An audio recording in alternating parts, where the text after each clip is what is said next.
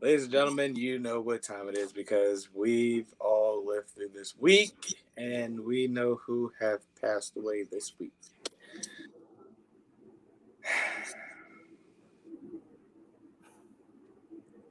So,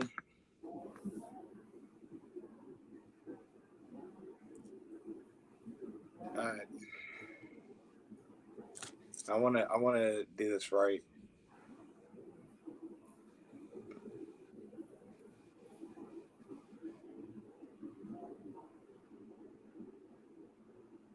However, I'm having trouble finding.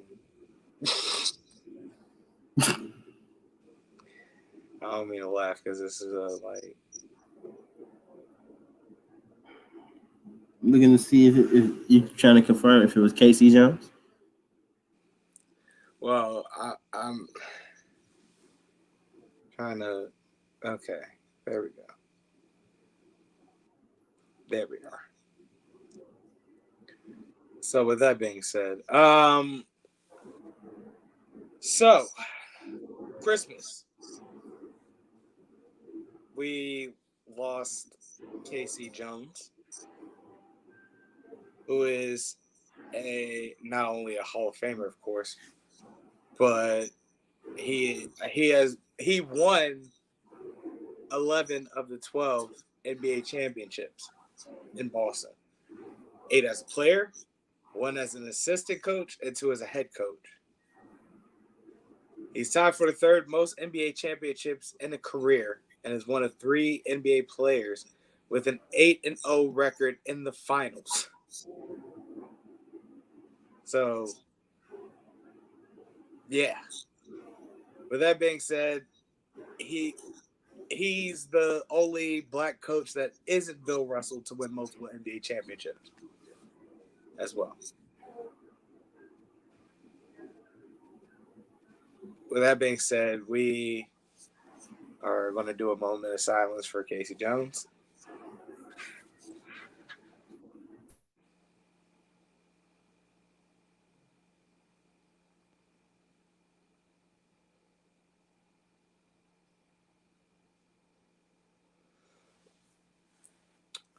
Rest in peace. Um, Also of note, and we've passed the moment of silence. There was a Utah halfback that accidentally shot himself last night as well. It's been a pretty rough Christmas in the tabloids, but as far as we go, blessed to have a pretty good Christmas. Yeah, absolutely. So Don't take not taking those Christmases and things like that for granted. The way exactly. this yes. For now. So on that note, rest in peace, Ty Jordan. Man, that's sad. He was only 19 years old. This is a kid that doesn't remember September 11th or didn't remember September 11th. Like, let that sink in. That's that generation. You know what I'm saying? So that's an indicator of how young he was. That's pretty sad. It's very sad. Uh, Accidental, self-inflicted gunshot wound is very unfortunate. But Absolutely. Yes. Horrible. uh, nonetheless, um, yeah, as I was saying about Christmas, Christmas is pretty solid. I didn't get anything per se. I don't ever get anything anymore. But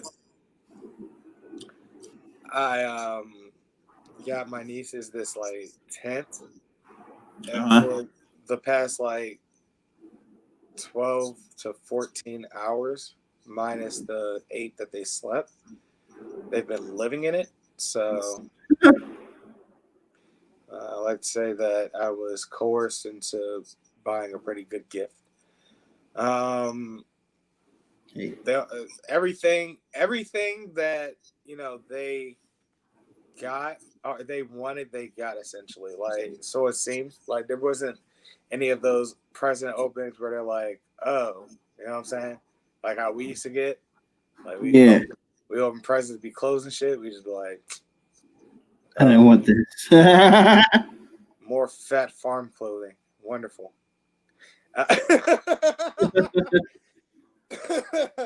Great, you're never sure.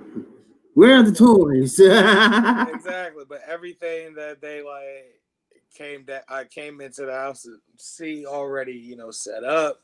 They were like, "Whoa!" Like it was so much enthusiasm, that my mom had to like calm them down at a certain point. It's like, "All right, we're getting too excited. Like we're screaming at this point. Relax. All right, act like you've been here before." But nonetheless, A plus Christmas. We got baby Sky train, like a miniature train, and the tracks are like interchangeable, so you can really get creative with it. So it's pretty dope. When she gets a little older, figures out how to accelerate the thing rather than just pressing the buttons on it. She's gonna love it. So that's a gift that's going to keep giving for a few years, at least till she starts getting like big, like Cam and Beanie.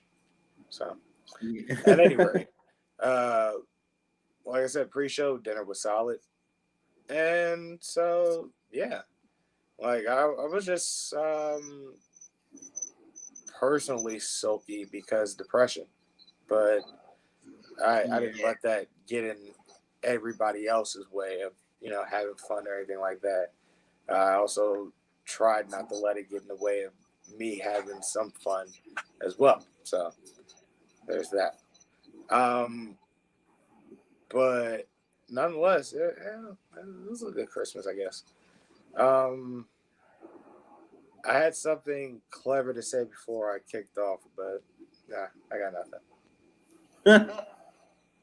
So that's not how that works. Yeah. With that being said, live via satellite, it is Gorilla Gang Podcast. I am your empathetic yet foul mouth half of this show, Carlos Crawford. Alongside with me is my reckless yet God-fearing intellectual equal. My name is Kenneth Whitaker. Indeed it is. So this week... I don't know why I wanted to do that jig and the point. Something just had me wanting to jig and point. Nah. So this week, we will have our wrestling talk, of course. We will discuss the messiness of Christmas, because Christmas does get messy at times. We will discuss that ridiculous debacle that was December 21st. And you know, we'll talk about some football stuff, some stimulus check bullshit, and we'll see where the rest of the show goes from there. You know what I'm saying? So we'll also discuss how to keep an idiot busy. I wish to not discuss how to keep an idiot busy, Kenny. Why? Because sometimes we can be idiots. So yeah, but I just wanted to plug my shirt. And I personally know how to keep myself busy. However, I just like to plug my shirt. Nonetheless, as soon as I can find the goddamn button for it, I hate doing this. I wish I could like organize it, like drag and drop where the areas in which I can set it, but I can't do that, which is whack as fuck. So now it leaves me looking for the particular. Here we go. With that being said, I also gotta reload every time I like switch windows and anything like that. It's whack as fuck. However, 10 count. Where in the hell is my volume?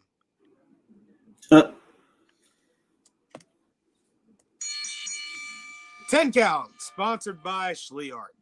All right, so this week.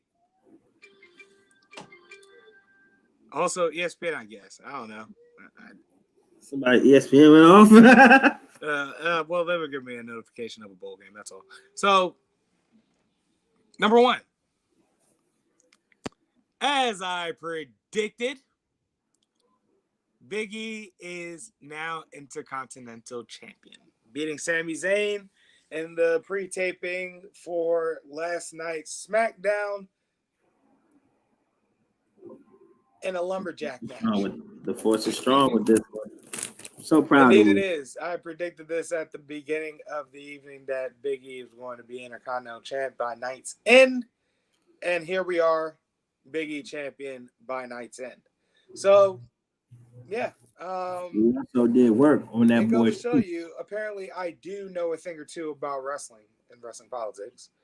And the fact of the matter is that Big E winning a singles championship has been a long time coming for a long period of time since the first time he's won an Intercontinental Championship. Do we forget that he was a champion before? Yes. Yes, we do. that's wild to me because I feel like if I hop on the group chat and I'm like, you guys remember Big E's first Intercontinental reign? They'd be like, No. Yeah. No, we don't. What happened is they put him in a singlet with two other black guys, gave him a suit, and they started preaching, which ultimately did not work. And then they decided to, hey, let's make them twerk. So they started twerking and became tag team champions. I am very upset as to how you broke that down correctly. So there's that. However, True. To confirm, yes, he is a two-time Intercontinental Champion and an NXT champion as well. Should have been a WWE champion by now, but hey, Kofi got it before him. That's fine. I mean, who's been here longer? I think they've been here around the same time, actually. Yeah. Which is from Jamaican to pure nigga. Which is even wilder. Let's double check to make sure. NXT, he main rostered on December 17th, 2012. Now, that's when 3 wasn't enough and he needed 5. As far as Kofi goes, Kofi debuted onto the main roster in 2007. So, who was more deserving of that? I guess, but can we really be honest about Kofi's run as WWE champion? Do you really think it was entertaining run WWE champion? It could have been. Because I don't. They weren't interested in making it an interesting run. They just it just felt like they kind of gave it to him because, again, it was a long time coming and the people were pushing for it and it made sense to do. And if it makes sense to do, they'll do it. If it makes sense to them, they'll do it. And at that time, it made sense because not only did Kofi had momentum going into WrestleMania, but he also had the large crowd following like Daniel Bryan had when he occupied Raw. Do you want me to give my harsh but possibly very true take on that? I most certainly do not, but you're going to anyway. So they gave him that because Black History and people were thinking that they were racist, so they gave Kofi the title. I knew that's exactly where the hell you were going with that one. How did I know? Is that not true? When's the last time we had a black champion? Up to that point, excellent question. And no, The Rock does not count. Without The Rock counting? Gosh. I remember Ahmed Johnson being Intercontinental Champion back in the 90s. No, WWE Champion, the top champion. Oh, WWE Champion. It should have been Booker T, but they racial his ass out of that picture. and Thanks, they Triple H. made him put a price check on Jackass. Hey, fuck you. That was the most memorable time ever. It was, but it also kind of buried Booker T. Yes, I agree. I agree on that. But it was So still memorable as hell. So it's it fair took, trade. You it know what I'm took saying? him to talk like this to gain popularity again. King Booker. I fucking hated that gimmick. But it was so genius. Like, he did it so well. Honestly, I think that's the best King of the Ring winner that did that heel king the best. You know what I'm saying? That's the best hands down. Baron Corbin, buns.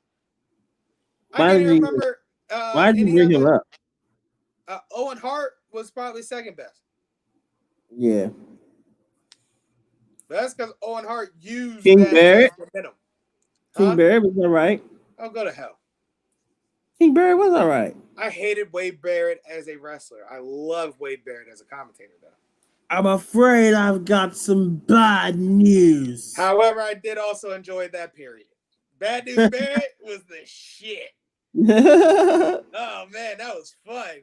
Anytime Wade Barrett came through, it was like, oh, no, something detrimental to the show's about to happen. You already know. You know who I enjoyed, but a lot of people didn't really enjoy it. And then after this, I guess you can go to your next point of the 10 count. Yeah. Damian Sandow. Yeah. That intellectual savior of the masses shit, that was great. I loved every moment of that. Oh, fuck no. No. I hated that time. When he I was like the Miz body double. That was genius. I mean, that was funny, yeah, but I like the intellectual savior jump because the way he just made people look stupid. And then at the end, he'd just be like, "You're welcome." I'd be like, "Ah." That's so funny. Because I remember, like, I was on Facebook, like messaging him, and I just messaged him, "You're welcome." And he was like, "What?" I started saying something else, and then he like gave me like some long explanation, intelligent explanation. And I was like, "Yes, this is great." Yeah, we used to stuff motherfuckers like that in lockers back in high school. So Okay, well, this ain't high school. This ain't high school, and so this no. ain't that, and that ain't this. We're Yeah, talking it about is, because I still stuff a motherfucker like we're that. talking about heat as a wrestler. The heat that he was getting from that was great. That is true. I'll give you that one, because that's the type of heat he got on my ass. Because again, I will look at him and say, I will stuff your bitch ass into a locker.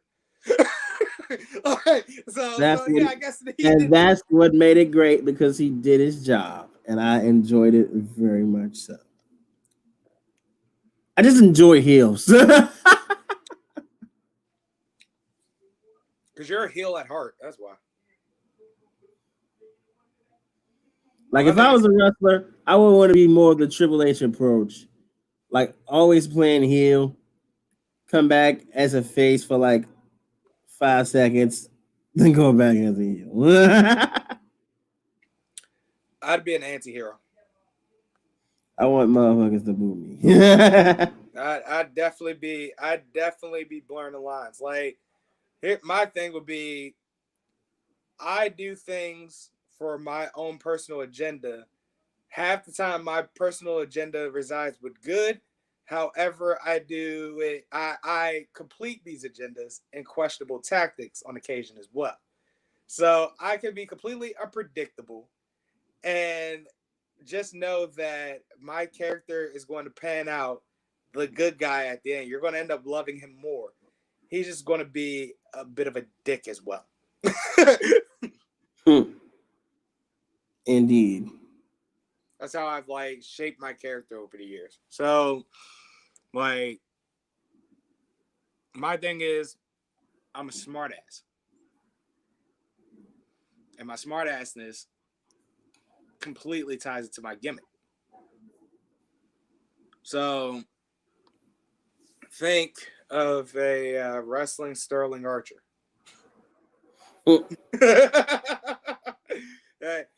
that kind of energy. You know what I'm saying? I am a smart ass.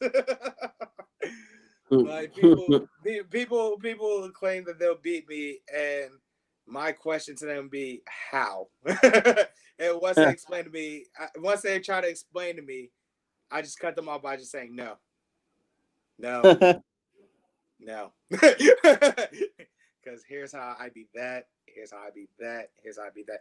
You know what? Don't challenge me for my championship. You don't get to challenge me for my championship anymore.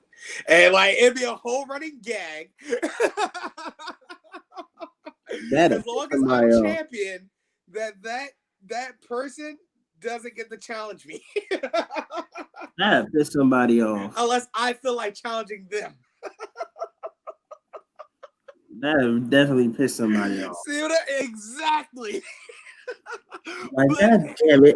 But who would love that shit? Who would? I would. It's not the fact that I'm scared of him. It's the fact that I now know that I can, in fact, definitively beat the shit out of him in convincing fashion. So until he figures out how to go back to the drawing board, it's no point in me fighting him. It's a waste of time. That's hilarious. And then there could be occasions where the theory's tested out, and I just end up squashing somebody, and it's like a main eventer that I squash. Let's shake the table with this wrestling politics. We supposed to be pushing characters, but if you squash a main eventer, that makes their climb back to main event status even more sweeter, because that sets up for a future angle that I squashed them in the past, and then they turn around and built themselves up again to the point where I considered them a worthy opponent. And even at that point, that could be who I dropped the title to. And that could have probably been the plan all along. So what you're saying is you're the new Goldberg. I wouldn't go that far.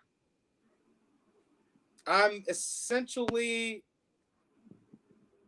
a more winning Undertaker. Like I know what's gonna work for my character. I know what's gonna work for the people I work with to make them bigger stars. I know what's gonna work storyline wise to produce an excellent product every week. That's all I know. You know what I'm saying? So you take that and you take me and run with it. I could give you genius angles with my character, because it's not the fact that, you know, I'm ruining characters. I'm not only protecting my character, who is also a toxic character as far as, you know, wrestling politics would go. but I am also, you know, giving these characters a chance at spotlight now, because I'm the asshole that proved that like, you know, thought that they were, you know, trash, and now they get it. Now the spotlight's on them week by week by week to prove not only me, but everybody that doubted them wrong. So me squashing a character will turn around to be a character building moment if they work my character correctly. But knowing WWE, I'd fuck around and be like a mid-carder or something like that. Mid-card purgatory is what you are. That is bullshit. That is terrible. And then I'd get a whole bunch of shit in the wrestling community like, why won't Carlos Crawford get a push? I don't know either, mama. Join the Shinsuke Nakamura's of the world. Boy. Hey, listen. It's terrible how they buried him, bro. That man was on the pre-show. I ain't even gonna lie to you, dog. If WWE took my character, like if WWE took the gimmick that I had planned, right, and just like completely watered it down, not watered it down, but made it mediocre. Mm-hmm. Man, I'd give it like 2 years or so to switch up, or I'm going to AEW, man. That's it. That's that. Yeah. That's where everybody's going. I know how that works. Wow. Oh, it's on this bullshit now. So I guess for this bullshit, here's what I'm going to do to combat this. Because I'm tired of my fucking internet connection fucking us up. So we are going to enter the broadcast studio, and I am going to exit from this one. Yes, yes. Yes, yes. Well, and well, it wasn't a long intermission. So We're going to turn off the Wi-Fi. We're going to see how that works out. There we go. So, Kenny. yes. Ah, there we go. All right. Now you're the one delaying. Ain't that a bitch? All right. Yeah, I'm delaying it now. You're like frozen on the screen. So I'm not frozen on the screen. Am I? on my screen, you're frozen. I'm not doing this. No. On my screen, you're looking intently at the screen as you just enter back into the room. I can't wait till this pandemic ends. Me too. At this point, it's like fuck it. At this point, I might just start going back over there. Like it's getting out of hand. Yeah. We have to make that move. I'm not gonna say what move live on air, but we need to make that move in 2021. Yeah, it's getting a little tough doing this stuff. At any rate, so moving on. Number 2.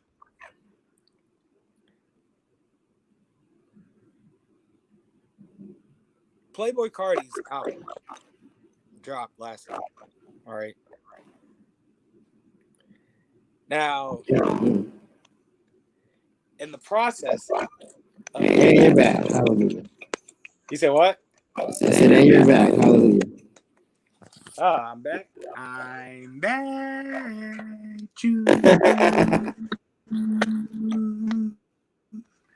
Santana. So,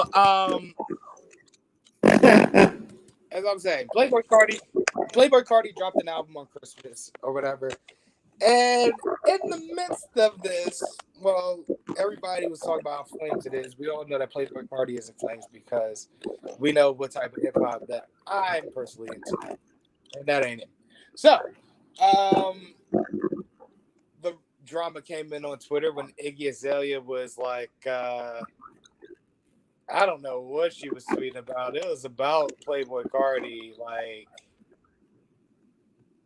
I guess there was some like, I guess he was cheating while she was pregnant. I don't know. There was a lot going on. She said a lot, and it was all funny. She always getting cheated on. It wasn't meant to be funny. So she's always getting cheated on. That's hilarious. It's sad, but it's also pretty fucking hilarious. So at this point, she got everybody herself as a problem. Like, what you gotta do? But so like, I got a good chuckle out of that because it's like I hopped on Twitter and I saw the tweets. I was like, what? But even funnier to go out on a further limb, Brandy Rhodes, she decided to chime in about it as if anybody asked her about it or said anything. Nobody did. She was like, please, I'm not the Brandy Iggy Azalea is talking about. It's like, nobody said you were. Shut up. So, yeah, story Walkin.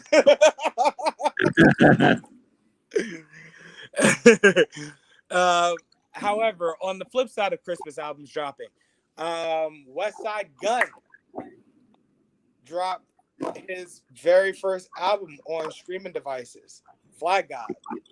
This was the album that got him signed to Shady Records.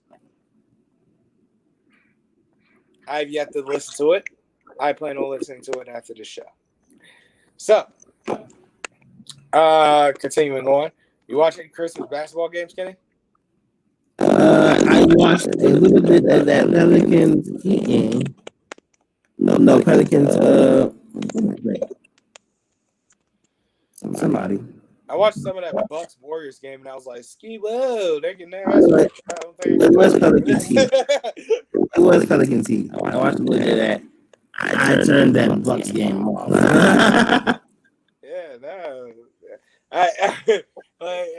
We tuned in and looked at the score. It was like 77 to 100. I was like, ski whoa, let's switch to the Vikings and Saints game. Yikes, let's get out of here. And I was like, yeah, good idea. Pretty much. Game I want to Get out of here. Don't want to see that. My Bucks are terrible. And so I say that to say this, and that goes on to my next number, which is what, 4? 4 big. Yeah. 1, 2, 3, yeah, 4. Alvin Kamara is absolutely unfucking fair. He scored, I want to say, 6 touchdowns yesterday. Mm-hmm. It's a lot of fucking touchdowns rushed in one game. I don't know if that's a record or anything. I doubt it is, but it's a lot of touchdowns being ran in. You know what I'm saying? So, is he a legitimate MVP candidate? Well, I guess we'll find out in next week's Inside the 5, huh? Yep. While we're on the subject of football, right? Get the fuck out of here, Carson Wentz. Plain and simple. Just thought I'd throw that in there real quick. Your man's wild. All right. At this point, I'm inclined to at least positively observe the Jalen Hurts train because he's actually running that offense better than you have tried to run that offense in the past few seasons. Let's be honest. Yeah, and that makes me torn because it's like in 2017, nobody had Charles Johnson. I'm still skeptical of Jalen Hurts' game. I'm still skeptical. However, it's looking quite better than Carson Wentz, too. So I can't really complain that much now. Now, can I? No, I can't. So with that being said, it's like I just gotta, take that and go, listen, I can't take what you're saying seriously because you're costing that team fucking money and they're not willing to give you up because you're going to cost that team millions and millions of fucking dollars. So tell your story walking to the bench, bitch. 59.5 million to be exact. To be exact. So, no, you're not going any fucking where but that bench. Ride it and ride it proudly. Hope Jalen Hurts gets hurt or something. I don't know. Wow. Actually, after watching Jalen Hurts last couple games, I've been, surprisingly impressed. Like, he knows what to do with the ball. He knows how to hold the ball. He makes good decisions. He's playing well. We'll see what it does against Dallas. It is what it is. By the way, they flexed the Giants to 4-5 right before we don't know the result. If Washington loses, we're still in the division. Washington wins. Oh, I'm glad we started, bringing Washington into the discussion because that brings us to our next number. Change the fucking playoff system. Enough's enough. Enough's fucking enough. All right. The NFC East is the worst division in football, and one of them has to go to the playoffs, at least. That's the problem. I don't think it's necessarily the division leaders getting to get guaranteed spots in the playoffs. I think it's just because our division is so bad this year. People are like they don't deserve to get it, which is true. You don't really take away all the division winners getting in the playoffs. You should be rewarded for winning the division. Yes, you should be rewarded for winning your division. However, it would also behoove you to also have a winning record. Now, would it? Yes, but remember the Seahawks got it to 9 in wild card game. Which I also think is bullshit because I believe it was us that they beat that wild card game. At any rate, the fact of the matter is you have teams with losing records making the playoffs off technicalities because division a representative of that division has to be represented. In fact, it should really be based off of win-lose record. Like, honestly, if the NFL playoffs played out like the NBA playoffs, that would be much more interesting. Listen, I have no problem with the division leaders getting in. I bet you don't, because you don't care how you guys get in as long as you're in there. Listen, you win the division, you get in the playoffs. That's how it works.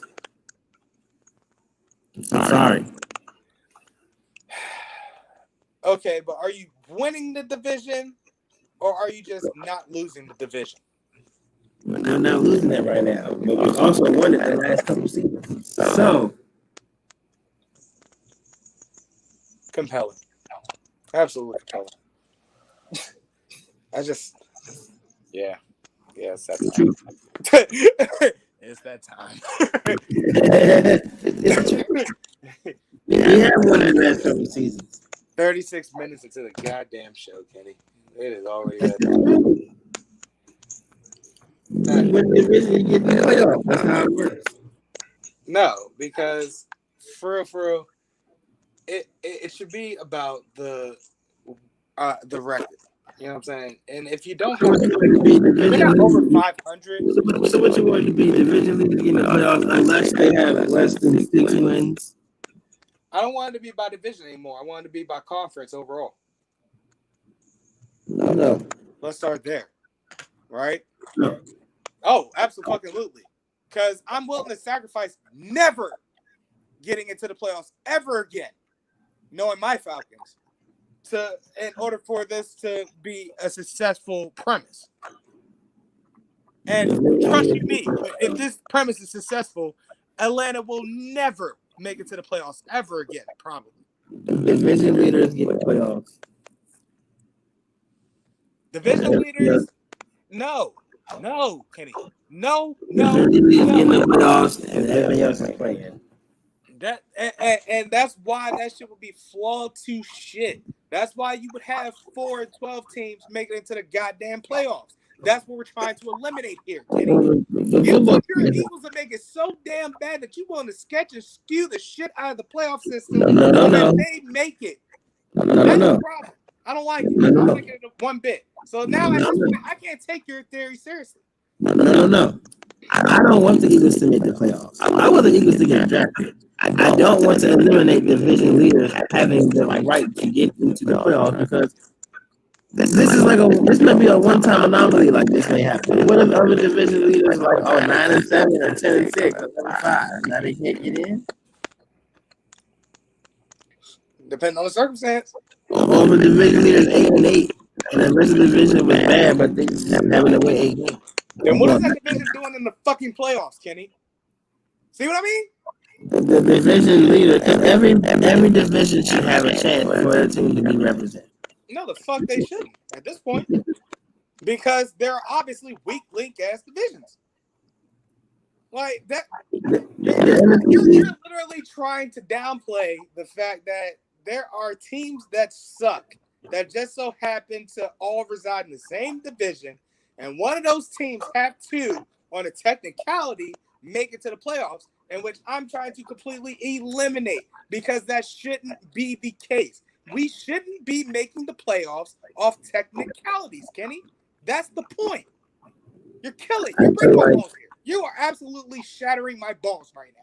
I feel like that you're just really upset that the division leaders getting the playoffs. That 6 and 10 team getting the playoffs. That shit's upsetting. They won the division. They have the right to get in it, whether it's bad or not. They have a right to try to prove themselves. That's stupid. It's fucking stupid, Kenny. The No, Steelers got no in. matter how The you try to Steelers play got it, in at it's a fucking wild stupid. card and won the Super Bowl. You said what? The Steelers got in on the wild card and won the Super Bowl. At what record? Like 7-9. See, that's fair. Seven. A wild card at 7-9 means that you barely made it to the playoffs. You know what I'm saying? That means that there were a good what? And that playoff system is wild cards, then divisionals, then conference. So we talking about a good another 3 or 4 teams that also barely made it to the playoffs that probably has similar records to you, if not 7-9, 8-8. Division leaders get in. Next number. This is fucking horrible. That's the worst. I honestly, I think that ruins football because technicalities, because the right of the division leader to get in. Just because you're the division leader doesn't mean that you're a good team. That just means the rest of your division sucks. That's the point I'm trying to get across. What if the division leader is catching fire at the right time and they're getting momentum? All it takes That's is momentum. a fucking stupid storyline, Kenny. You know it. That's a terrible scapegoat. That is not a good reason to make it a right. All right. But, go on. Go off. I think that's very good. We want the best competition in the playoffs, and you want motherfucking technicalities. Go to hell. All it's because of the division leader. 4-7 division leader making it to the playoffs just to get kicked the fuck out. What a waste of time. What if they win? You don't know if they're getting kicked out. They might win it. That's even more infuriating. That's why they play the game. Now they're just a Cinderella team. Like, no. I hate football now. Thanks a lot, Kenny. Thanks a lot. The Giants done it on Cinderella runs all the time. That's the point. What if y'all get in to have a Cinderella run? You're not gonna be having a Cinderella run?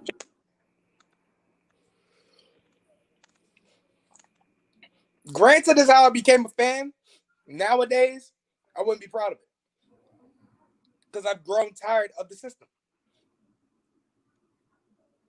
If you say so, bro.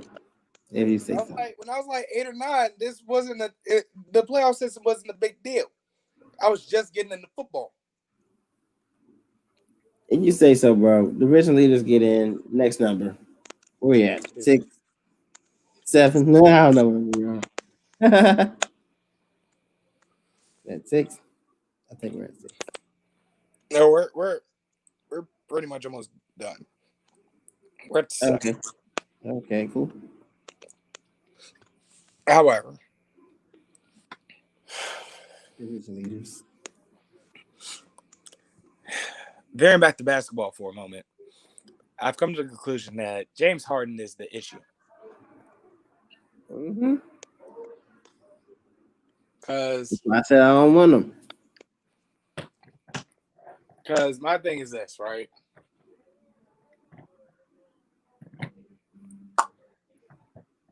The premise of Russell Westbrook coming to Houston was under the pretense that, he was coming to play alongside a friend again. Well, the thing is that when you do business with a friend, sometimes it can go sour, or oftentimes it can go sour. And that was essentially the case because James Harden essentially, the culture around Houston is built around James Harden essentially at this point. And it's led to a toxic culture, which is half the reason why Russell Westbrook immediately wanted out of Houston. So it's like you take that, and then you get the fact that,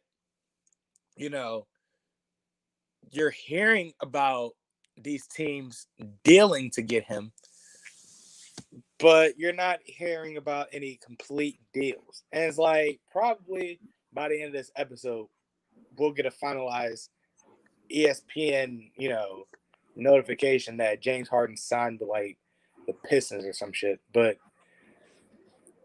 as of right now, like you're hearing these deals, but you're not getting any real talks or serious contractual possibilities or anything like that.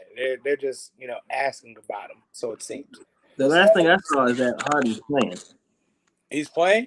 Yeah.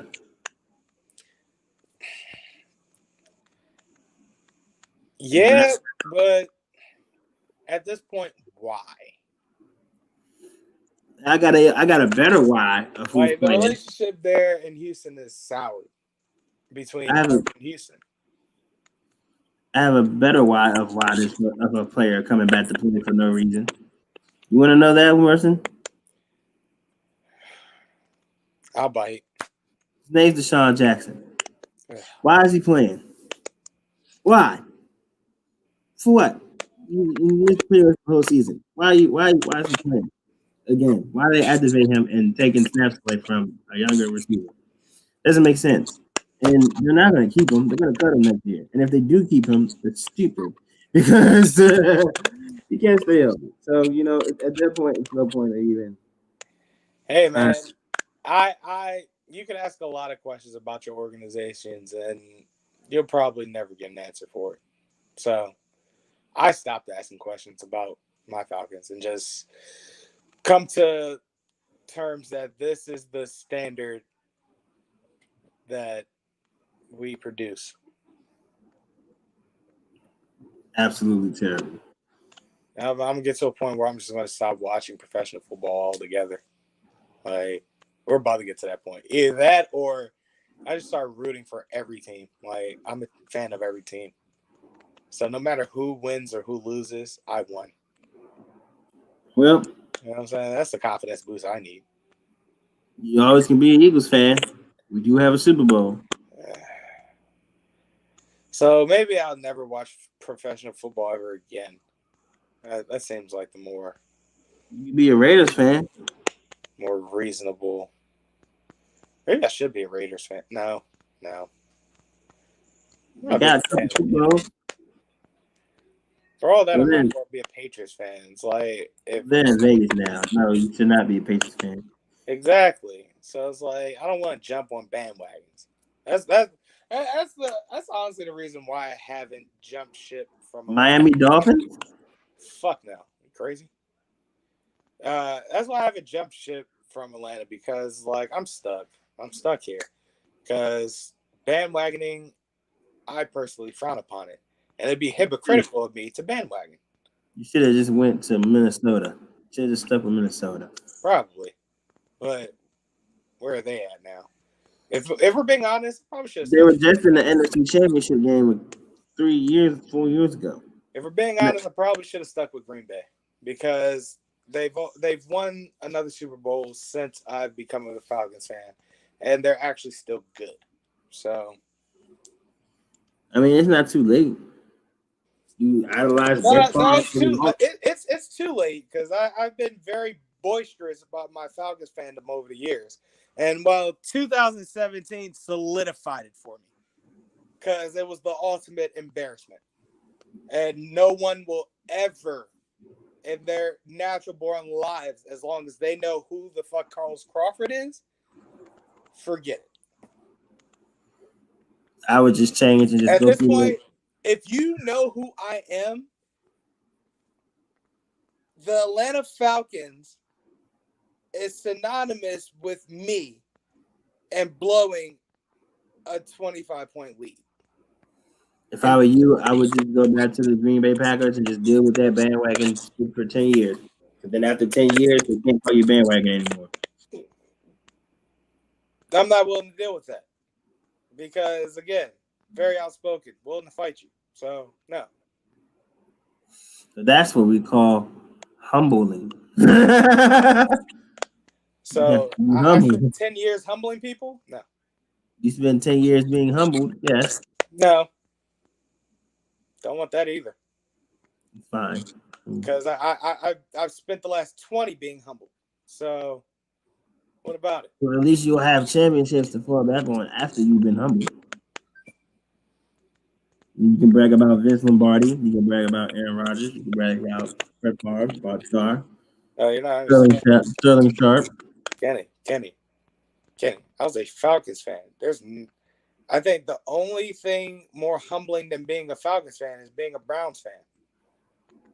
Hey, the Browns are 9-3. You can go to the playoffs. That's the irony of it all. They're actually looking good. Again, the This irony means I of was a it all. couple years behind on my prediction of the Browns actually being good. But I called the Browns actually looking good. Are you done taking credit for the Browns being good, Kenny? No. Well, your system, because I want to finish the sentiment here. Yeah, uninterrupted, by the way. I saw everything developing into the product that is now. So, I'm glad to say that I have good football eyes of the Browns being good. And I told you so. I didn't say they win the Super Bowl, but I did say they made the playoffs. And look what's happening. Yeah, good for you. So, with that being said, I've been humbled for the last God knows how long. If I want to take another 10 years, I'd just remain a Falcons fan. I think you should be a Washington football team. I think you should shut up. All right. And let's switch subjects now. I think you should be a Rams fan. I think you should absolutely shut up now. As for I know. That's a personal reason, shut up. So you should probably just shut up. I know who you can be a fan of. And yeah, you still gonna press on. You should be a Buccaneers fan. A lot of people in my life that don't know how to read a fucking room. I need people in my life. I don't know why. Listen, I don't know why the person is about the Rams, so I apologize for that. I should have just said the Bucks and been laughing. You're not sorry, but I am sorry about it being personal. The apology, I guess. I am sorry about it being personal because I didn't know it was a personal connection with the Rams. So a little bit, yeah. The Buccaneers, I knew that was a troll job. I should have just did that first. But the Rams, I did not know that. So I will apologize for that. It would have been an even cheaper shot if you said Saints instead of the Buccaneers. I'd have to personally drive out there to fight you. Damn, you would fight me because I said the Saints? Kenneth is a Saints fan. Me and Kenneth don't talk to each other until game time. Twice a year. Well, damn. And then from then on, it's just if we're in the same room at least, just consistent shit talking. Well, so sorry about that. It's not okay at all. So number 8. Did you gain any superpowers on the 21st? Yeah, I gained the superpower of not listening to dumbasses on social media. Huh. I can only grow my fingernails like Meg Griffin. This is a jib. What a jib. I wanted to be Magneto. Where did that superpower come from anyway? I was praying for teleportation or something like that, or like invincibility. Yeah, something that could really change my life for the better. Maybe the worse if I felt like it. Where did the superpower shit come from anyway? It was like a Twitter theory, right? It was one of those theories that were like, it's not serious, but it's so funny that you could take it and run with it. Kind of like last week's episode with Babe Ruth being Dominican. Oh, okay. Yeah. So it was something to take and run with. You know what I'm saying? And boy, did we take it and run with it for an entire week and a half. Well, here it is. It was fun, man. It gave Black people, something to enjoy after a routinely shitty year. So, Hey, I don't know. You know what I'm saying? People thought it was stupid. I was like, man, let these motherfuckers have fun, man. I just hate everything. Like, I thought I hated everything. I thought this was a running gag that I hated everything. But What you do? I low key, like, I really had to sit and think about it yesterday, actually. Yo, there aren't a lot of things I do like.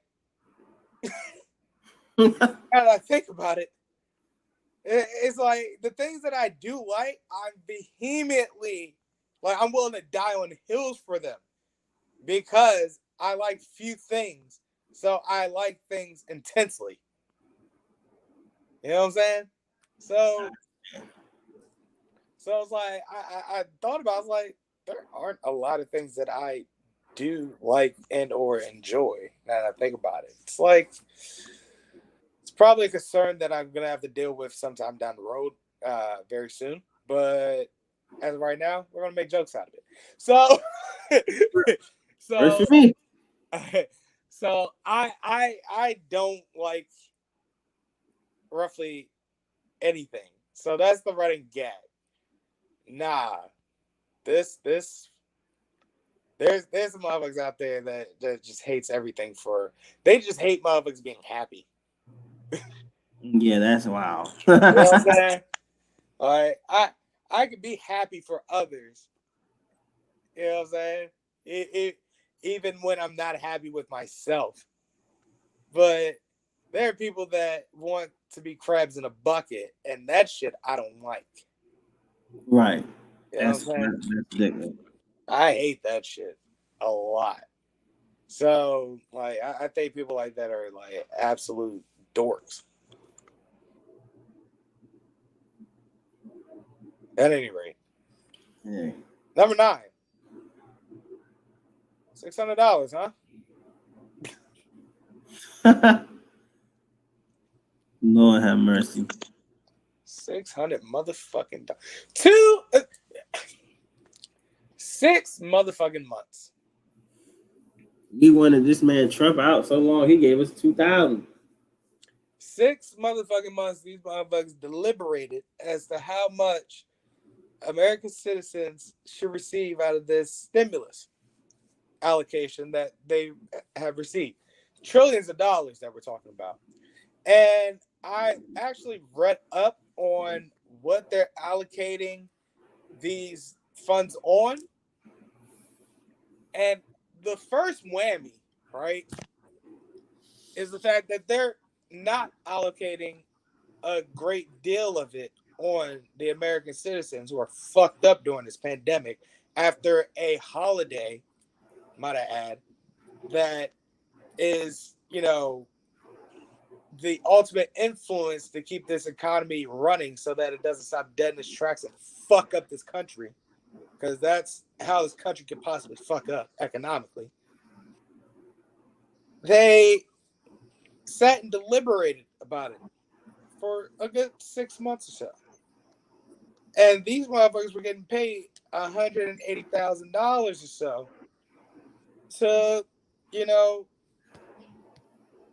he's close to tight. Boo. But $180,000 or so to, deliberate this. And the answer they came up with was $600 per American citizen. So as I was saying, small amount allocated towards the American citizens. However, some of it, or not some of it, a great deal of it, well, not a great deal of it, a pretty solid deal of it is going towards, I guess you could say, philanthropist effort. So a lot of that money is going towards uh, gender identification and um, agency, I guess you could say, in the Middle East and in the Middle Eastern countries, if I'm not mistaken. We are giving a package to, Central American countries such as Mexico, Peru, so on and so forth. So, fair. What pisses me the fuck off is how a great bulk of this package is going towards the military. Yeah. Which brings me back to the question, why in the fuck do we need all this money going towards the military? Because this country has the mind of a small dicked person. Yeah. Pretty much. Let's call it for what it is at this point. That's Yeah. the mentality. Because we think we so goddamn gung-ho that we're the greatest country in the goddamn world that we are willing to put the majority of our spending towards the military. Now, I may be wrong. This may be a misconstrued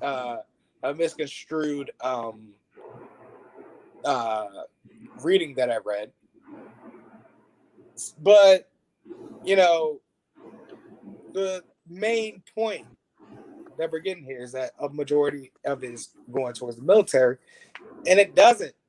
Like it doesn't.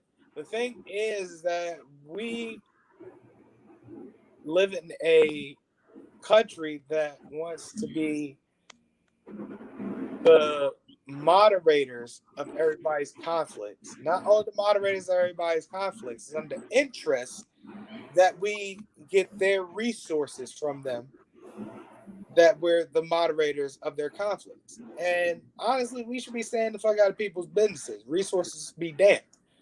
Yes, we do need those resources. However, we should be real about how we're getting these resources and not trying to play buddy buddy and, work on both sides of the fence. Like, it absolutely baffles me. But that's neither here nor there. The fact of the matter is, if we're going to use anything towards the military, it should be towards defense. Protect the house. That is the one thing that I'm extremely pro-military about.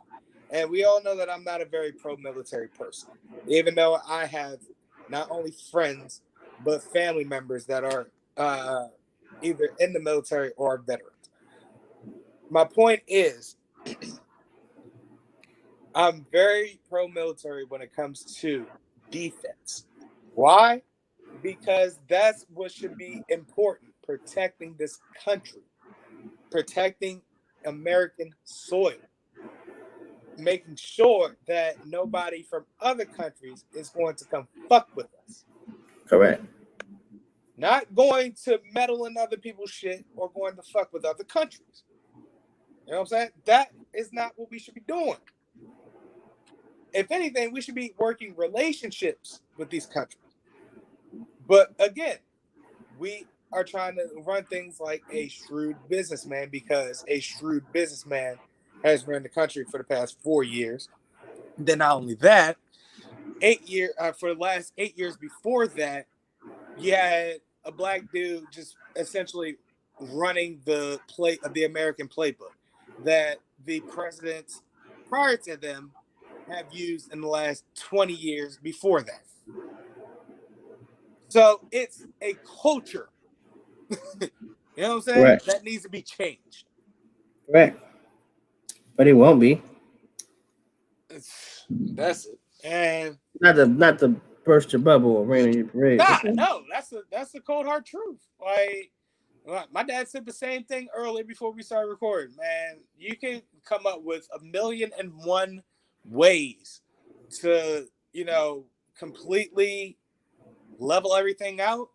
The question is, will they do it? And the answer is looking like no, they won't. So what do you do at that point? Chalk it up to bad luck. And man, bad luck. No, chalk it up to greed, man. Chalk it up to the man. That's what I meant by bad luck. We talking about a good 3 or 4 of the 7 deadly sins being the reason why this country is so fucked up. Greed being the main one. The rich is fucking this country up because they want to get richer, and they will do anything to get richer, and anything that is empathetic, moral, or ethical that will possibly cost them money is a terrible idea in their eyes. And it won't happen because they're empowered to make it happen. Correct. That's what it all boils down to. It's sad but true. And it gets to a point where we'll probably get to a point where it's like, yo, there's going to be a certain set of people that are willing to die to actually, effectively change this country one way or another. And I'm starting to wonder, A, when we'll get to that point? B, how many of them will there be? Because if it's enough, then A, I'm going to watch it with tears in my eyes, like tears of joy, because it's been a long time coming. However, let's keep in mind, because this is something that is a caveat, but still can be done. We can still overthrow this government if we collectively can agree as American citizens that this government is legit, one way or another. But the thing is that people have the propaganda and the upbringings of certain sets of American citizens brings forth a undying pride and belief that everything is right and just in this country. And it is a damn shame. It's a damn shame, for lack of better words. So that's essentially the reason why we're only getting at $600 fucking dollars. Me, $600 is enough. I can do with $600. $600 puts my head above water at least. $600. $600 holds me over for a couple weeks. Exactly. $600 works well for me because I only have a couple of bills to pay. You know what I'm saying? A few, if anything. My insurance, my car note, the cable bill. That's it. I don't have rent to pay yet. You know what I'm saying? I don't have a mortgage to pay yet. There are people out there that do, though. And that's what's so fucked up about it. That the people that do have mortgages, that do have rent, that do have electric bill, that do have utility bills, $600 ain't shit to them. Exactly. Like, and everything that you have just said, I like to simplify it in terms that probably more people could understand. America doesn't give a fuck about us. But on the other side of that coin, Americans also don't give a fuck about each other, which gives America more the reason to ask, why should we collectively give a fuck about you if y'all don't give a fuck about yourselves? Right. Man, this country is fucked up. Something else. It's something else. And the country is merely a microcosm of the entire world. That's the irony of it all. Anywho, moving right along. I had no temp subject, if we're being honest, so I kind of wanted to freestyle here. You got anything?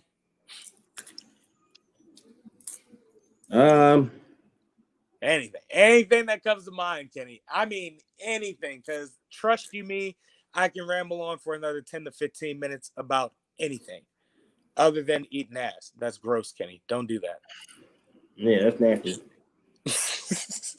No, that not at all. I got yelled at for not using the gift that I got 3 years ago, which is some bins. Well, hold on. What was the gift? Some bins. Bins? Like little bins, things that, I got like these little 10 cubbies that I like put clothes and shit in. Okay, but in your defense, you're not at that point in your life to be using those bins yet. You know what I'm saying? I mean, I use them now because, like, you've seen my room with the cubby holes in them. They're just interchangeable English ones. Sure. And my mom was like, "Those bins been sitting there for 3 years." I'm like, First of all, I didn't even ask for these bins. You bought me these bins. I'm not worried about the bins. Second of all, I'm not at the point in my life yet to be using those bins. I have to be moving out essentially in order to be using those bins. All right. I don't know what you bought from me. What do you want me to use these bins for? And they're not even like big, they're not even like things big I can use bins. this bin for, and I can deem them necessary or whether or not to use these bins on those. They're not even like big bins. Like, you know how you think of a bin or bin? Ben This is Diesel. like a little bin. They're like these.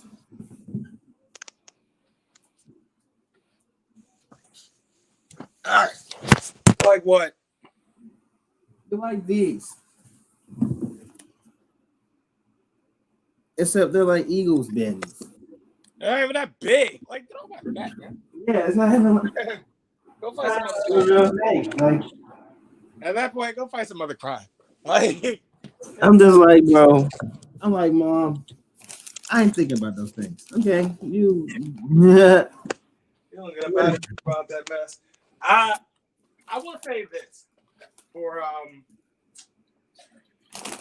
to finish the 10 count for the week, because it's been something I've been like low key. You know how you like fall down rabbit holes from time to time? Yeah. Yeah, well, I fell down the Grand Theft Auto universe rabbit hole. Jesus Christ.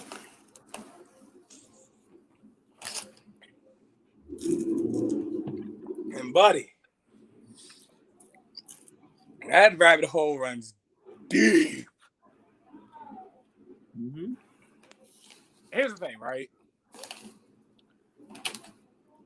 Rockstar Games knows how to make a story. Mm-hmm. Right? I think that's one of my favorite developers. Because I can play a game from them, and not only is the story absolutely compelling and captivating and makes you like keep wanting to play the game more and more and more so you can find out what happens next, but its gameplay is free play. It's also equally fun. You can go around and do whatever the fuck you want, essentially. Pretty much, You know what I'm saying? Mm-hmm. However, we'll get to as far as free play goes. That's how far that goes. As far as the stories go, the stories are amazing. We all know how much I love Red Dead Redemption 2. Everyone else, Mm-hmm. right? However, there are some flaws to Rockstar Games stories that I've come to figure out. Is the fact that they tie their loose ends. Like, you know, the story is about to come to it. You know when the story is about to come to an end in a Rockstar Games game, because all of the antagonists start getting unceremoniously killed.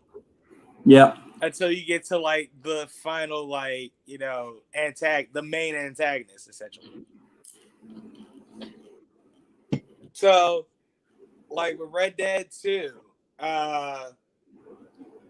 we knew the game was slowly coming to an end around the time Agent Milton gets shot, or Abigail shoots Agent Milton, or whatever. Because then at this point, all the antagonists starts going down. He goes down. Colm O'Driscoll goes down. Dutch's main rival. Multiple people start going down, and then you get to the climax of the game where eventually the game dissolves, and you figure out who's really the villains all along. Micah and essentially Dutch. Mm-hmm. So, like, Grand Theft Auto tends to have, you know, like tropes like that as well. But my thing is that they know how to keep you in a game. They just simply know how to keep you in a game just by the missions that you gotta do. Yeah, at times they could be repetitive to a certain extent, but they usually have reason being within the game. So it's like that's why I enjoy it. So with that being said, the Grand Theft Auto series is probably the most amazing video game series ever.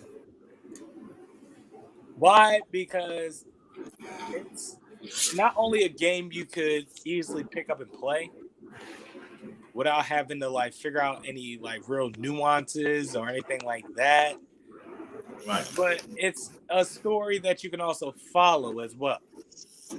So not only that, but every game, well, within after from GTA 3 on, every game have loose, very loose tie-ins to each other or to one another or whatever, right? But the games are essentially anthologies, and it's essentially a new story every single time. So, Grand Theft Auto 3, you had the main character that doesn't talk, Claude, the main antagonist being Catalina. However, you go to San Andreas, which is set 9 years before the events of Grand Theft Auto 3. That's another thing. A lot of these games, all of these games have year settings, and if you set them in chronological order, they also tell a story. Like they also tell stories throughout throughout its entire universe. Because while one thing was going on in Liberty City, other shit was going on out in San Andreas. You know what I'm saying? And that's what made it so cool. Like you have the events of Liberty City Stories in '84, starting the 3D universe out in '84, right? And then that ties into Grand Theft Auto Vice City, which is set 2 years after 1986. But then it anthologizes and goes to San Andreas, which is set in 1992. However, you still have Ken Rosenberg and Ken Love from Vice City making an appearance on San Andreas because of the radio stations or whatever, and the fact that there's musical tie-ins in the missions and the games and such, and the storyline in the game and such, right? Then, that being said, Claude and Catalina are in San Andreas, as I said before, and Catalina is CJ's sister's husband's cousin. That's how wild that lineage is, right? So yeah, so like they have like a little relationship with like Robin Banks and such, but all in all, she's batshit crazy. She ends up leaving him for Claude and leaves CJ a garage out in San Fierro after he beats Claude in the race. So yeah. Now with that being said, as far as Claude goes, hey, Kenny, he never was meant to have a voice. He wasn't voiced by Ray Liotta, Kenny. That's Tommy Fassetti. That is Tommy Fassetti. It's not, Kenny. That's Tommy Fassetti. I just explained to you on a chronological order that those are two different stories. They're not the same character. You're losing this battle. Thank you very much. So, Tommy Fassetti. Tommy Fassetti was in 1986. He has nothing to do with the events of San Andreas or the events of Grand Theft Auto 3 for that matter, because he's not Claude Speed. Tommy Fassetti.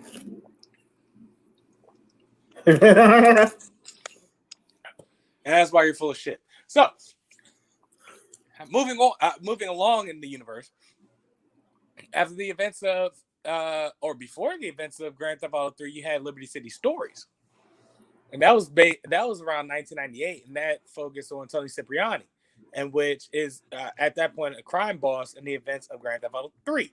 So it's like Tommy Fassetti. the side games were kind of like the main tie-ins, if anything. So Liberty City Stories or Vice City Stories, things like that. Those were like, your uh canic tie-ins, because they do tell a separate story, but they weren't a part of the, like, PlayStation and Xbox games. Those were the main storylines. So then you go to Grand Theft Auto 4, which is another story within itself. You know what I'm saying? Nico Bellic, he's this, European immigrant trying to make a living. And yeah, so that's his own story. And you get and then finally but within Grand Theft Auto 4, you get, expansion packs like The Lost in the Dam and The Ballad of Gay Tony. But those tie in within the Grand Theft Auto 4 universe, because all three of those characters can be seen in one scene, like at once. So that's the only, game that has tie-ins to other games. You know what I'm saying? If anything, just by expansion packs. And in Grand Theft Auto 5, yes, there are references to San Andreas, but all in all, it's set in 2013. It's its own game in its own universe. That's like saying Michael is Tommy Vercetti, Kenny.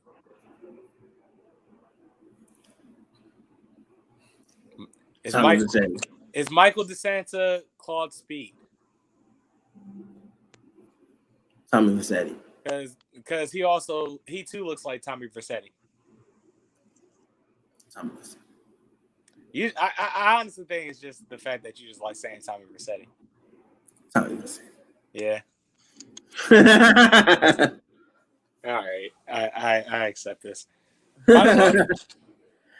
Tommy Vercetti. All right.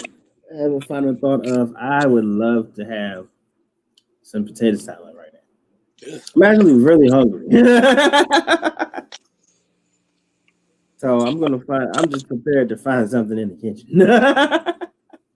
Kenny go out to go in the kitchen looking real hungry, looking at that food real mean, he look like he want to do something about it. I don't know about him, but I'm back and I'm about to go eat dinner my damn self. So let's go ahead and get these final thoughts going. Well, I mean, my final thought is that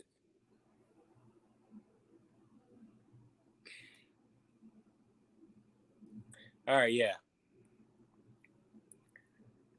In the upcoming year, I want to expand. And by expanding, I mean I want to start collaborating with the sponsors that I've been bringing about. So I do want to, work with Kiki and make a gorilla cupcake. You know what I'm saying? Gorilla cupcake. You know what I'm saying? Like a cookies and cream type of cupcake, something of that sort, something different. You know what I'm saying? Just like a commemorative cupcake. You know what I'm saying? I do want to work with, Schlee and Schlee Art, maybe getting out apparel if people are, we can get enough people to, get hip to it. We put out some dope shit. I don't want to just put out, commemorative stuff, and it's not. I want to put out some stuff that I would want to wear. You know what I'm saying? Correct. You know what I'm saying? And that should be fly. So that's where, the mentality gotta be for that. But yeah, so it's like I want to start, working with the people that are, doing their own businesses. You know what I'm saying? Let's build. I guess is what I'm trying to say. So, I want to say, because today's the 26th, and yeah. I think that New Year's Eve lands on a Friday. New Year's Eve lands on Thursday. New Year's Day is Friday. Okay, so yeah, this is the last episode of the year. Yep. Right. So so with that being said, I want to say that, this has been a hell of a year for, well, the world, of course. Yes. But this has been a rambunctious ass year for Gorilla Gang. And I say that because this felt like the year we found our footing as a podcast. Like, we've been around for what, 3 years now, Kenny? 4? Yeah, about 3. Yeah. So we've been around for about 3 years, and we haven't made as much noise as we did this year. And I'm very proud of that. And I want to thank Ducky, Christopher Owens, for frequently collaborating with us. I would like to thank my older brother, Caleb, reluctantly, for popping in every once in a while and terrorizing, hijacking this podcast for comical reason. I'd like to thank Schlee for joining us on catering area, and in the next year, I want to keep catering area going. I would like to thank, man, hell, who else? Oh, of course, I gotta thank the Hood Rats. Gotta thank the Hood Rats, Joe and Lou, my boys. I thank y'all for joining the show. Of course, I want to thank Fuzzy Slippers, my cousin Carlos, for keeping us on the rails whenever he is on the episodes. I want to thank Kiki, of course, for also helping promoting us as well. And I want to thank everybody that has liked us on Facebook. I want to thank everybody that subscribed us on YouTube. I truly want to thank everybody that actually watches the fucking product, because this is why we do it. And we want to inform you on how cool wrestling can still be. We want to make you laugh your asses off. We want to, discuss serious issues with you guys. And in the upcoming year, I hope to have enough of a following for us to start doing Q&A sections where we ask you guys to, ask questions on the Facebook board, and we'll answer the questions on the show. And, maybe we'll start doing giveaways, things like that. Who knows? We have nowhere to go but up. And we can't go up without you motherfuckers. So we will greatly appreciate you guys if you help us go up, because in turn, we want to do nothing but help y'all go up as well. Let's build. I want to thank Juan for being on the show also. Damn. I want to thank Larry too. Yeah, we got to thank him. Why not? Yeah. Anybody else we missed? I don't think we missed anybody else. Well, I want to. Yeah, I think we covered everybody, actually.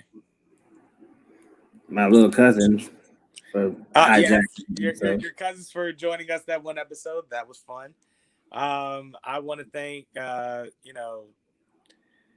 my friends, my sisters from another misters, for at least being a good sport for the jokes on Facebook.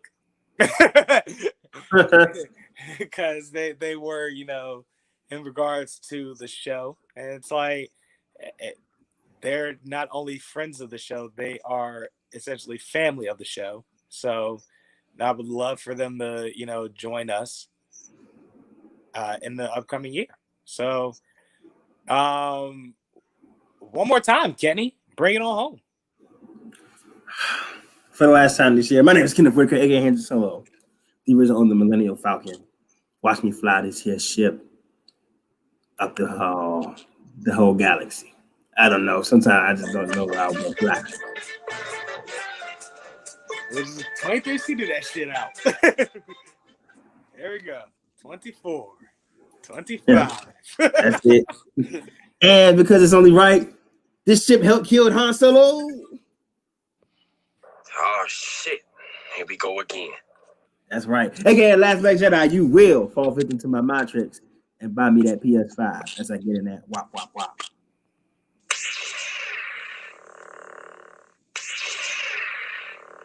Also, shout out to Luis because he got a PlayStation 5 for Christmas. That lucky some bitch. You came just in time. AKA Mr. Ghost Slick Vodka. Have you ever seen the vagina by itself? Yeah, not for me. I told you I was going to use it again. Yeah. Maybe next time you'll believe me. Hey, not your man, I'm a savage. Oh, yeah. See, the only thing that needs to come to an end quicker than the year 2020 is a thought thinking they can play with the nacho man mean gene. The one thing the nacho man has to tell you is that the nacho man is always prepared to do the extraordinary and bring things you never seen, like snickerdoodle popcorn. The nacho man mean gene is always smart food ahead of the class. Yeah, and the only thing that's better than that smart food mean gene is when the nacho man ascends the top rope, breaking Slim Jims and breaking thoughts backs. Oh yeah. Ladies and gentlemen, that was Nacho Man, I'm a Savage, live from the snack session at Whole Foods. Back to you, Bobby. Put my 2021 blunt down, yeah.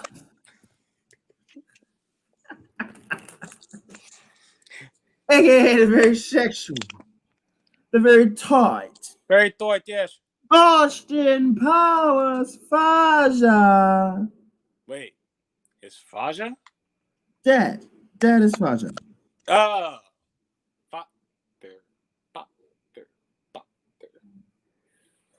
Mr. English Colonel telling me I need to lose weight. Well, guess what? I ate a baby. Baby, it's what's for dinner. Baby, the other one.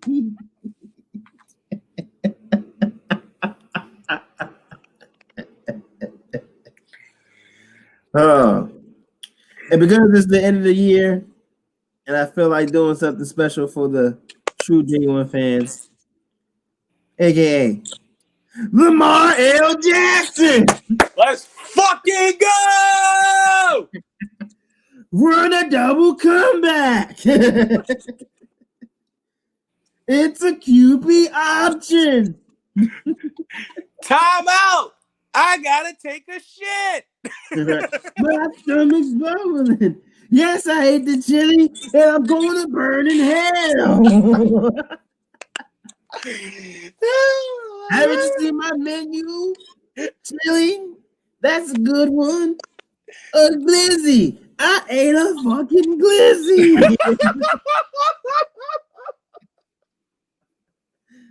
No.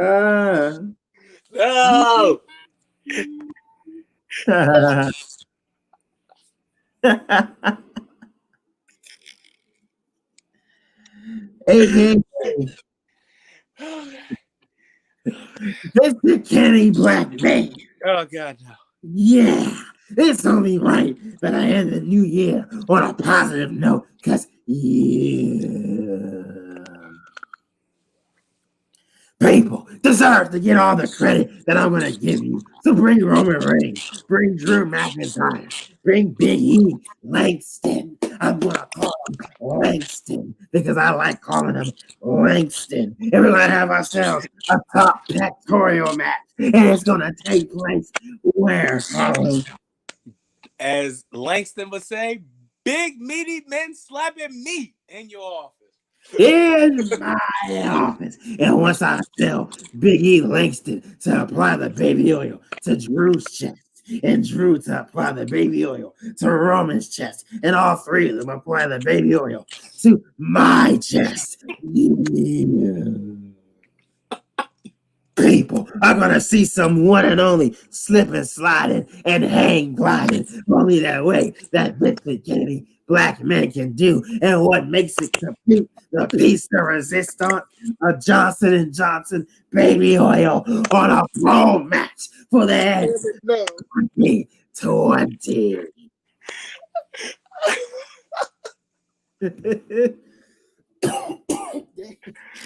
Oh shit.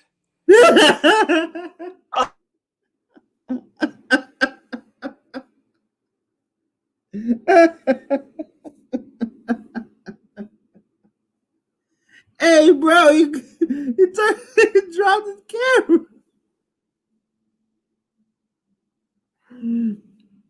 I don't know where Carlos went. Oh my god. I can only assume he turned his camera off. And and I don't know what the hell. I remember him laughing. Hopefully he comes back soon. If not, I'm hoping he comes back very soon. Don't know what's going on. Oh, there he is. Wow, it kicked me out of the room though. Like that was very uncalled for. Yeah, I don't know what happened. You still got that black screen up there. Yeah. Yeah, I reckon it's going to be there the rest of the. Oh, no. There we go. Yeah, let's go. All right, bet. All right, yes, sir. There we go. Now we're back in business. All right. Let's bring this on home before I fucking sabotage this episode. My name is Carlos Crawford, a.k.a. beating the British Bulldogs for the European Championship and never defending it in 2 months. It's Chin Music Charlie, a.k.a. Thick Flair. If you're a 150-pound dork, sit down and shut up. Damn, harsh one. a.k.a. Snap Miller. Normally, I'm torn between good and bad. How I'm about to knock him down. Uppercut, hook a jab. I ain't seen this much food since back to cooking class. Let me see what else is out of this goodie bag. A.k.a. Gelato Graham. Back in my day, we called the team that tanked every season the Baby Lungs team. A.k.a. Idiom Savant. You know what they say, Kenny? It rings true for us too. Birds of a feather flock together. That's the idiom. Here's your idiom. Birds of a feather flocking together. And last time for this year, a.k.a. Haystack West. All right, old man, you're here because this is more your speed. Sheriff says there's trenches and forts and shit surrounding the plot. Sheriff wouldn't know a thing if he didn't talk so damn much. Sounds backwards, I know, but he yaps his way in the information. I went to see if he had any extra repeater ammo, and I wound up telling on an old army buddy's whereabouts. Cadet Casey? I brought him in a few months before we got to all that mess. I'm sorry. You were doing your job. All right, gentlemen, we're here. Mr. West, what you think? How good are you boys at pushing straight? It's my preferred strategy. Good. I'm going to flank from the tree line near the lake. Moose, I want you to fire at them oil barrels over there. They look mighty explosive. Haystack, you start firing head on. I'll clean up from behind. I love you, Haystack. Love you too, Rooster. Stay moving. Keep cover. Don't try to do anything fancy like your brother. Never. Moose, help me protect my boy. Someone's got her.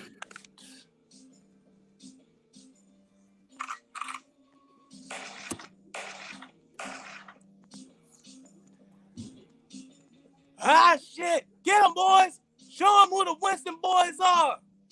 Winston, this slaughter continues unless you cease your gang's fire. I really can't find the fucking gunshot, motherfucker. That bullshit. That's how it be. It really be like that. So we come on.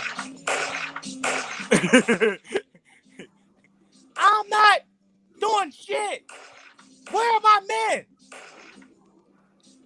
You killed them all that fast? Shut up. Moose, time. I'll carry him. Pop, grab the wagon.